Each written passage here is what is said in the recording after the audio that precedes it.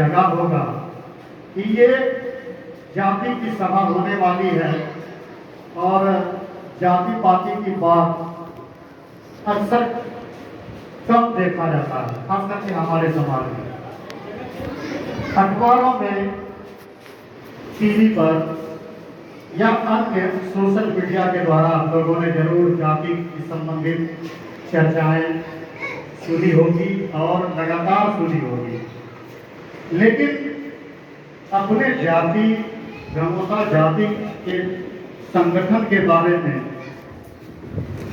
मैं समझता हूं कि जो कम से कम 30-35 वर्ष के यहाँ युवा हैं और जो भी इस ध्वनि विस्तारक यंत्र के माध्यम से हमारे आवाज सुन रहे हैं, उन्हें शायद पता नहीं होगा कि हमारे जाति का भी एक संगठन था या है। तो मैं आप लोगों को बताऊं कि अखिल भारतीय गंगोत्री महासभा के नाम से हमारे जाति का संगठन है और काफी वर्षों से है, और अंतिम रूप से 2003 ईस्वी से जब से अंतिम रूप में जो महासभा गठित हुई वह आज तक कार्य रूप में है, लेकिन वह सक्रिय नहीं है। उसको सक्रिय करने और अपने जाति को फिर से संगठन में लाने, उसको सुदृढ़ करने के लिए हम लोगों ने खास करके आदरणीय महेंद्र बाबू के निर्देशन, निगरानी और सहयोग, जो कि लगातार अपने इस अवस्था में और तन मन धन से, मैं आपको बताऊं कि महासभा के जितने भी पदाधिकारी हैं वो पदाधिकारी तो बन गए, लेकिन उसके पास कोष नहीं था। बिना कोष के संगठन कैसे चलता? इस प्रकार से संगठन निष्क्रिय हो गया। सभी लोग जो भी पदाधिकारी बने, जो भी लक्ष्य निर्धारित हुए, उस लक्ष्य पर लोग नहीं चल पाए, क्योंकि आप सबों ने सत्संग में जरूर सुना होगा कि बिनु धन धर्म न होई गोसाई, बिना धन के धर्म नहीं होता। यहाँ मैं कह दूं कि आप सीधे सीधे यह ना कहें कि हम आपसे कोई चंदा लेने के लिए आए हैं या मांगने आए हैं, ये भी बात नहीं है। सबसे पहले हमको बात करनी है संगठन की। तो संगठन क्यों जरूरी है? तो मैं इस विषय में कहना चाहूंगा कि संगठन इसलिए जरूरी है कि आपने इतिहास अवश्य पढ़ा होगा कि व्यक्ति का जन्म और मरण यह दोनों अपने हाथ में नहीं है। जन्म भी अपने हाथ में नहीं है और मृत्यु भी अपने हाथ में नहीं है। जन्म से लेकर मृत्यु तक हमारा जीवन संघर्षमय जीवन चलता है, और यह जीवन कैसे चलता है आप उस पर गौर करें। गौर करेंगे तो आप पाएंगे कि जीवन में अगर पुरुष है तो उसको एक स्त्री चाहिए, फिर संतान चाहिए, यानी एक परिवार का निर्माण होता है। परिवार से फिर अलग अलग परिवार, भाई बंधु, यानी एक दादा से है तो चाचा या अन्य, जिसको कि हम लोग आम भाषा में गोतिया कहते हैं, वह भी एक समूह हुआ। आप देखेंगे कि वो परिस्थिति थी कि वो समूह का निर्माण। आज कोई भी जीवन में संकट आता है तो सबसे पहले कौन आपके सामने में हाजिर होता है? स्वाभाविक है कि आपका परिवार होता है। परिवार से बाहर की बात है तो आपके गोतिया हाजिर होते हैं, गोतिया से बाहर की बात होती है तो फिर समाज हाजिर होता है।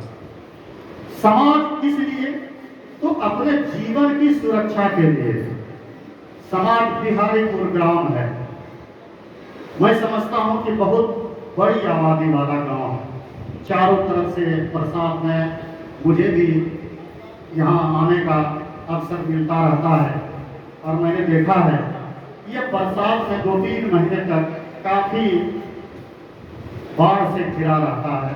आप सोच सकते हैं कि 2-4 दिन अगर वर्षा होती है, आप घर से बाहर नहीं निकल पाते हैं, तो आपके साथ आपका मन उबिया जाता है। तो यहाँ के निवासी 3 महीने 4 महीने या कुल मिलाकर अपने जाति गमोता की ही बात करें तो कुछ ही गांव को छोड़ करके 90% जाति का गांव बाढ़ से प्रभावित है, जिसके कारण से उसका विकास अवरुद्ध होता रहता है। तो वहां पर क्या होता है, वहां पर होता यह है कि आपसी संगठन, जो सक्षम लोग हैं, मान के आदरणीय विधायक महोदय के परिवार जो पूरी तरह से सक्षम हैं, आर्थिक रूप से, पारिवारिक रूप से, शैक्षणिक रूप से सक्षम है, तो निश्चित रूप से इस गांव को इसका लाभ मिलता रहा होगा, चाहे जिसमें रूप में भी हो। अर्थात यदि आपके गांव में कोई कार्यक्रम हो रहा है सालाना, चाहे खेल कूद का हो या कोई धार्मिक अनुष्ठान का कार्यक्रम होता हो, तो वह कैसे संभव हो पाता है? वह तभी संभव हो पाता है कि आप एकजुट होते हैं, अर्थात एकता में बल। साधारण सी बात है कि हम लोग सीधा इसको यानी मूर्खवा भाषा में कहते हैं, यह 5 अंगुल है, अलग अलग है, तो इसकी कोई बहुत ज्यादा महत्ता नहीं है, लेकिन जब ऐसे ही हम लोग इसको मुट्ठी बांध लेते हैं तो यह हमारी ताकत बन जाती है। तो इस प्रकार से अगर हम संगठित रहेंगे तो हमारे सबसे मूल है कि हमको संगठित होने से हमारे में ताकत आ जाएगी। अब मैं कुछ उदाहरण देना चाहता हूँ। आपने अभी आदरणीय जोगेंद्र बाबू ने एक मुस्लिम की घटना कही, सबसे ज्यादा संगठन या संगठित कोई कौम है तो वह है मुस्लिम। मुस्लिम में क्या है, अगर आर्थिक सर्वे कराया जाए तो आप देखेंगे कि मुस्लिम्स में 90% आबादी गरीबी रेखा से नीचे जीवन बसर करती है। वो काफी गरीबी में रहता है, उसकी आर्थिक शैक्षणिक स्थिति बेहद कमजोर होती है। आप कहीं भी आसानी से इसको देख सकते हैं। आप इसका यही कारण है कि आप देखेंगे कि सिलाई करने वाला, पंक्चर बनाने वाला, सड़क पर जो भी छोटे छोटे दुकान है, उसमें बचपन से ही वह कमाना शुरू करते हैं अपने जीवनोपार्जन करने के लिए। लेकिन संगठन उसका इतना मजबूत है कि अगर 50 घर भी मुस्लिम है तो वह एक मस्जिद देखिएगा कि शानदार बना है, तिल तिल करके छोटी छोटी राशि उसमें ऐसा सिस्टम बना दिया है कि अगर आपने 100 रुपया कमाया तो 5 से 10 जो भी हो, कम से कम 10% की राशि धर्म के लिए वह दान में या उसके लिए जुगाड़ करके रखा है, और एक ज़कात के रूप में वह संस्था में देता है। कैसी यूनिटी है उसकी। हमारी गमोता जाति में क्या है, यह जाति बड़ा जल्दी क्रोधित होती है। इसका सबसे बड़ा दोष यही है, इसमें गुस्सा बड़ी जल्दी आता है। यदि किसी ने कुछ किसी को कह दिया, अगर एक बार बात नहीं सुना तो झट से वह जो है संबंध तोड़ लेने की बात करता है। आप उदाहरण देखिए कि हमारी सामाजिक व्यवस्था में ऐसा सिस्टम है कि 4 अवस्था, आश्रम जिसको वर्ण बनाया हुआ है, एक ब्राह्मणों का, एक क्षत्रियों का और एक वैश्यों का, अशेष शूद्रों का। ये 3 मिला करके, जो ऊपर वाले 3 हैं, इसको मिला करके देश में कुल आबादी है 15%, और जो शूद्र की जाति जिसको कही जाती है वह जाति है 85%, और 85% क्या है, वह सेवा करने वाली जाति है, और मेवा खाने वाली जाति 15% है। आज हम पिछड़े हैं, क्यों हैं? इसलिए कि हमको अवसर नहीं मिला। हमको जीवन में अवसर मिलना चाहिए। अभी जोगेंद्र बाबू के यही शब्दों में कि आपको आचरण बनाना, आपके लिए वो अवसर था कि आपको वैसे आदमी मिल गए। कितनों के साथ ऐसी घटना होती है कि अपने जाति का कोई ऐसा आदमी मिल जाए कार्यालय में, और उनको अगर एकदम जरूरी हो कि आज के आज हमको यह पेपर बनना चाहिए, तो वह पेपर बन सकता है और बनता है। मैंने भी, मैं बहुत अपने सर्विस काल में कार्यालयों में प्रतिनियुक्त रहा हूँ, और मैंने एक एक घंटा में अपने जाति के लड़कों के लिए तत्काल से ऐसे कागजात तैयार करके दिए हैं और आज वो नौकरी कर रहे हैं। आप सोचिए कि किसी के पास दिन भर आप वीडियो के पास गए, वीडियो चलेंगे जिलाधिकारी के पास, दिन भर मीटिंग है और आज ही आपको पेपर बनाना, कैसे बनेगा? यदि आप हैं, अपना आदमी कोई है तो वो जल्दी बनता है। उसमें यह भावना क्या कर रहा है? यही हमारा संबंध है, यह जातिगत भावना है। आज जाति की बात ज्यादा हो रही है। क्यों हो रही है? आज प्रधानमंत्री बने हैं, उनको इसी 85% आबादी की बहुलता को देखते हुए या लोकतंत्र की प्रमुखता को देखते हुए उनको सामने लाया गया कि यह पिछड़ों का नेता है, इसलिए उनको हाथों हाथ पिछड़ों ने लिया कि यह हमारा अपना आदमी है।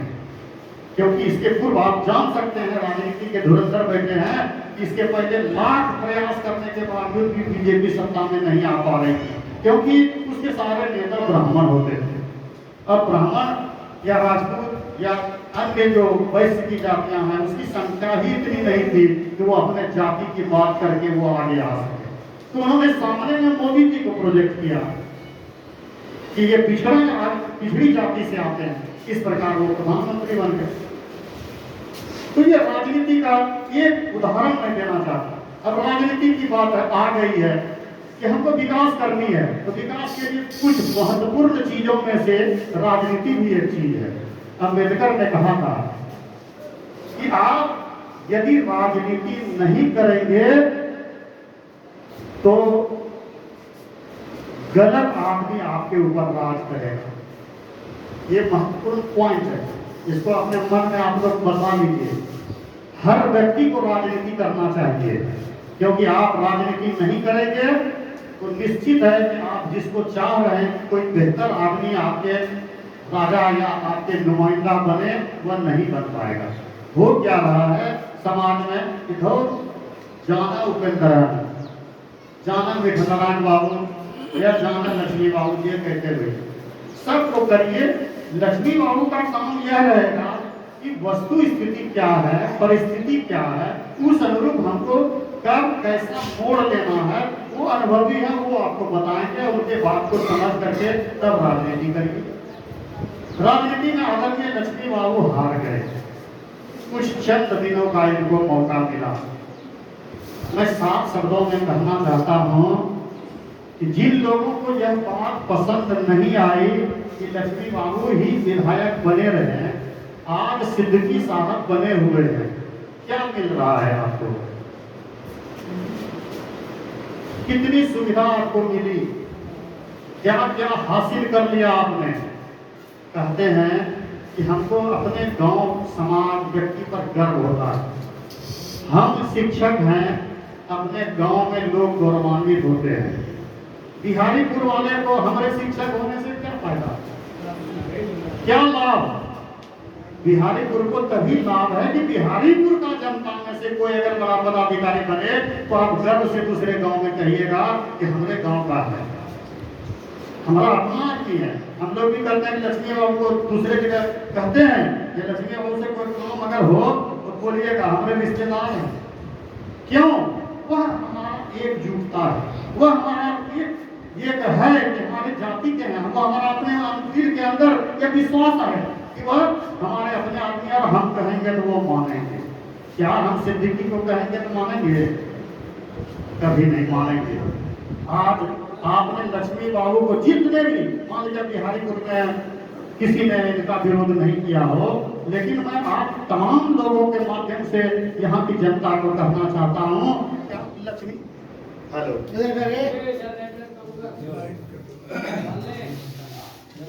सुनिए, ऐसे बोलते हैं, ठीक है?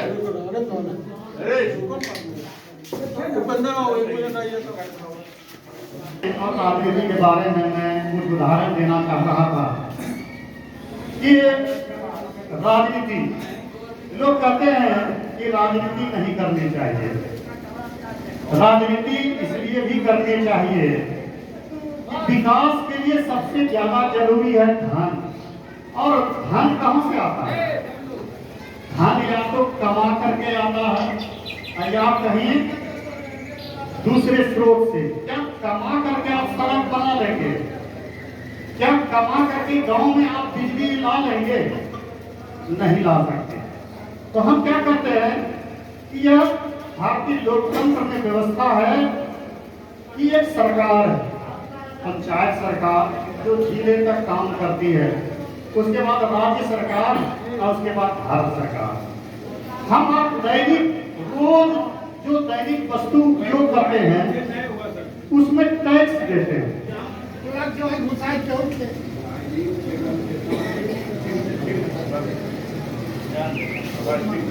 हम लोग रोज जो भी सामग्री क्रय करते हैं उसमें टैक्स देते हैं, वो सारा टैक्स जमा होता है भारत सरकार के पास। कुछ ऐसा टैक्स है जो राज्य सरकार के पास जाता है, उसी पैसे को यानी बूंद बूंद से घड़ा भर करके वही पैसा पुनः वापस हमारे समाज तक आता है। इससे हमारा विकास होता है। तो विकास यदि आप अपना मुखिया नहीं बनाएंगे, विधायक नहीं बनाएंगे, तो आपके गांव में विकास कैसे होगा?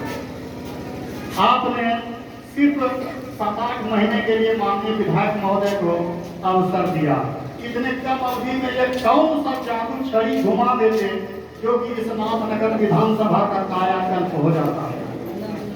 लोग 20-20 वर्ष, हम तो देखे उदाहरण देते हैं, स्वर्गीय सदानंद बाबू कहलगांव विधानसभा में कितने वर्षों तक रहे? हम समझते हैं कि 9 बार विधायक रहे। कहलगांव में देखिए तो उनके तरफ से कितना विकास है।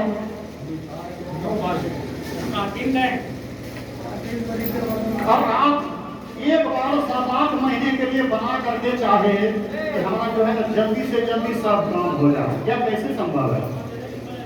यानी जो है चावल आबाद है भात, ये जो सिस्टम और शैली है इसी का दोष है।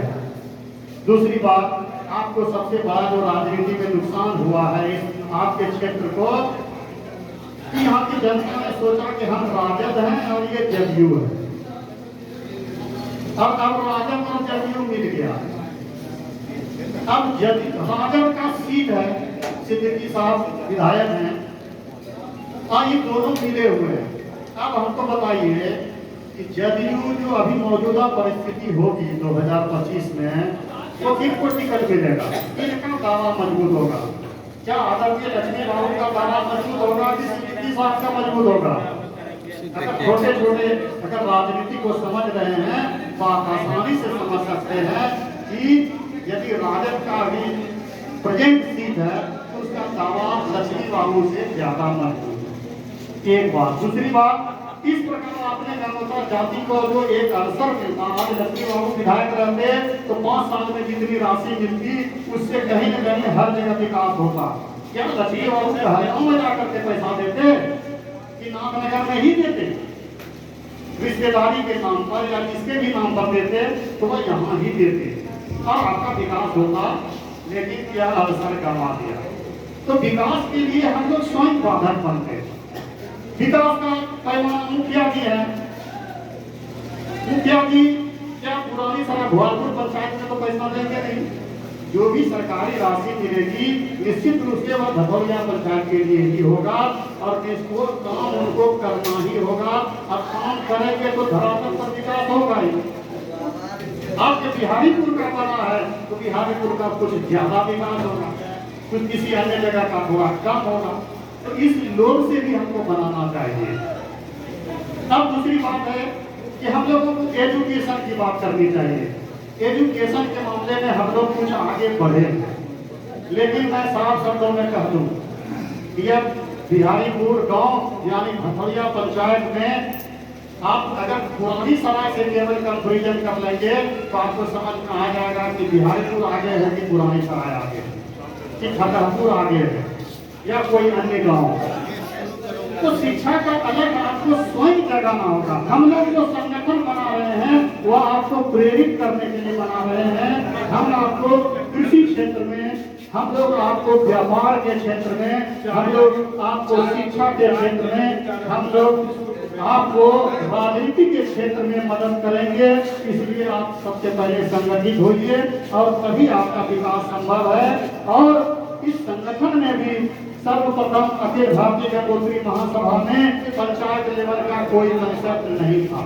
हालांकि उसके संविधान में यह था कि आप कर सकते हैं स्थानीय निकाय के तौर पर, लेकिन अब से पूर्व यह महासभा के द्वारा ऐसा प्रयास नहीं किया गया था। लेकिन आदरणीय महेंद्र बाबू के निर्देशन और निगरानी में और यह इस बार किया जा रहा है कि हम लोग पंचायत स्तर पर जा रहे हैं संगठन खड़ा करने के लिए। क्यों? क्योंकि पूर्व में जब महासभा जो फेल किया वो इसलिए किया कि उसके पास नेता तो बहुत हुए, लेकिन उसके पास कार्यकर्ताओं का अभाव रहा। जमीनी स्तर पर उसके पास कार्यकर्ता नहीं हुआ।